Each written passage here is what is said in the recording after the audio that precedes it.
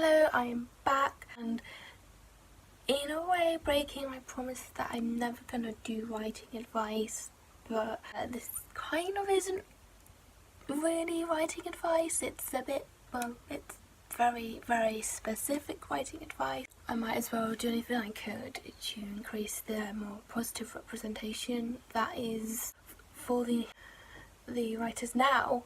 I thought I would share my knowledge in a thing that I am knowledgeable about, and I wanted to do a video series about how to write autistic characters well. I don't know how long this is actually going to be, also because of course I'm just one person and I should by no means be speaking on behalf of such a big community.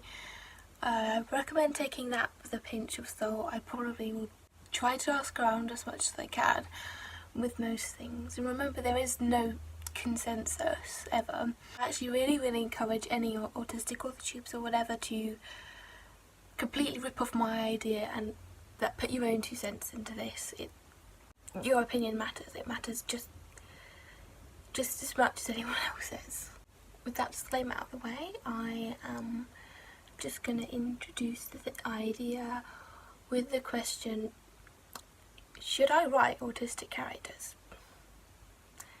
Yes. I feel like a sentiment I have seen quite a lot is I want to write autistic characters, but I don't think I'm qualified to do so by non-autistic people, and to that I just say, yes you are, please do it, please. I think that it's definitely a good idea in having in mind the outsider perspective and so on, and that's really important, but it does maybe get skewed into things like this is something you should never ever touch, and I've got to say, I think we are so in need of good autistic representation that I absolutely encourage you to make an effort with including autistic characters in this.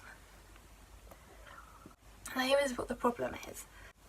When it starts to get absurd is when you are trying to write and say that you have completely mastered the autistic perspective. There's no one autistic perspective to begin with. Autistic people are often told that they can't speak for themselves, but there is a massive difference between including characters, even main characters on the spectrum, and writing as though you are an expert on what it's like to be autistic. There's a huge difference, and so here I kind of want to explain how to avoid that, and wanted to start off with Jasper, my cat's outside. Deconstructing the 3 misconceptions about autism that annoy me the most. Oh, disclaimer number 2. I'm assuming that anyone who's watching this has the basic common sense and is not going to believe that autism is caused by vaccines or should be cured. I just hope that we can all begin there. The first of which being that autism can easily be divided into low and high functioning. And this is often a really generally accepted idea and has been, but as far as I know it's no longer applied at all. And the reason it's not accurate. I think with the vast majority of people who are autistic, you would find that they are neither and both at the same time. You can't really divide the autistic spectrum into 2 groups. And on that note, the autistic spectrum is not a spectrum of one end being the most autistic and one being the least. Oh Jasp, I'm sorry. But rather I think that more like a colour wheel, as though it's in that it's and that's also why it's really hard for one person to have an authoritative point of view on it, because no 2 experiences are the same. There are so many different ways a person can be autistic. I have a lot of autistic friends who I feel like I'm the complete opposite of, because the way autism manifests in them is completely different to how it is for me. That's just the nature of it. You can't really have any fair stereotypes, you just can't. The second as well is being that autism isn't really seen in adults or women. I have had people straight up to say to me that girls can't be autistic when I'm right here.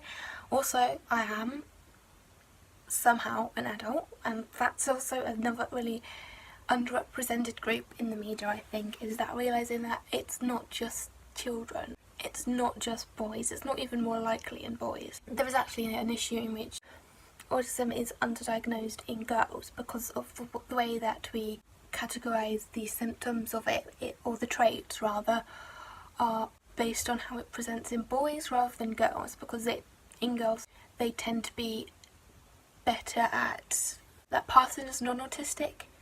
It's a lot more complicated than that. I would absolutely love to see more autistic female characters as myself. I'm not sort of saying don't write autistic male characters at all, please do. And then it's the same with age as well.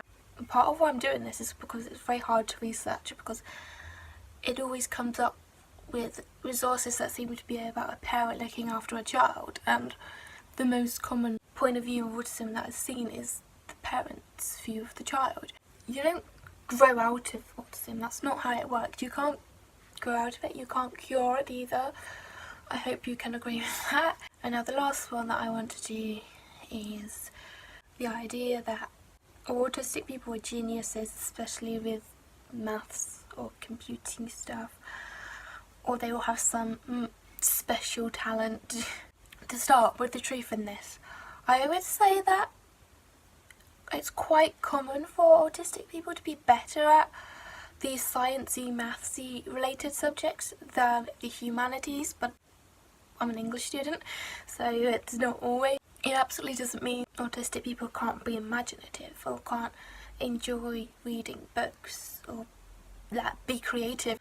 The problem especially comes with not really preferring those kinds of subjects, but it's part of quite a damaging trope for disability, and a disabled character is incredibly powerful. It does sound okay at first, but it has this kind of implication of a disabled character needing to make up for the fact that they are disabled by being really, really good at something else.